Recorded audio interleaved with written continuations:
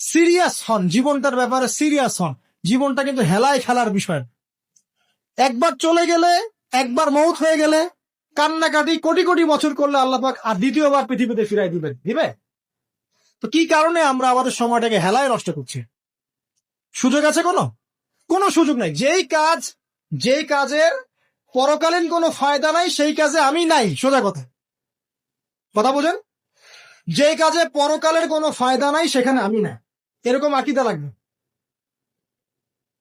ইলম অর্জন করবেন কেন? পরকালের ফায়দা আছে তাই। নামাজ কেন পড়বেন? পরকালে ফায়দা আছে তাই। প্রেমের সম্পর্ক করবো না কেন? পরকালে ফায়দা নাই তাই। এই মিউজিক শুনবো না কেন? আমি পরকালে কোনো ফায়দা নাই।